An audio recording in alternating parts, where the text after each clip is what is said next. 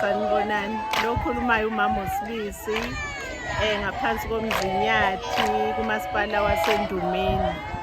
Suku la namhlanje sijabule kakhulu ekade saligcina ngenxa yeCovid. Kodwa ke ingane zethu zijabule, ziletha umhlanga kwisilo sethu esisithandayo. Njoba uzizwa nje icula zijabule ngendlela eyisimanga ngoba usiko lethu lolu ukuthi intombazane ikwazi ukuyigcina. Igcine ithi noma ithola umshado ikwazi ukuyimela.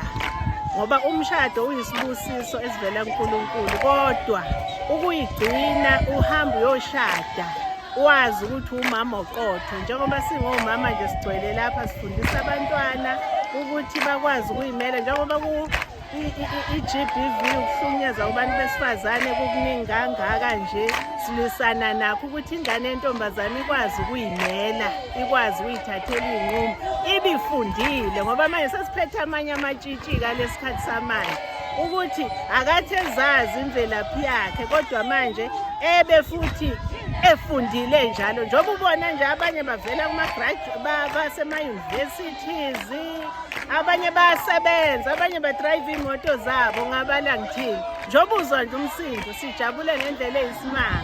Njengoba silapha nje singomama sizothatha umhlanga, sivela eMzinyathi, singabokuqala bazothatha umhlanga.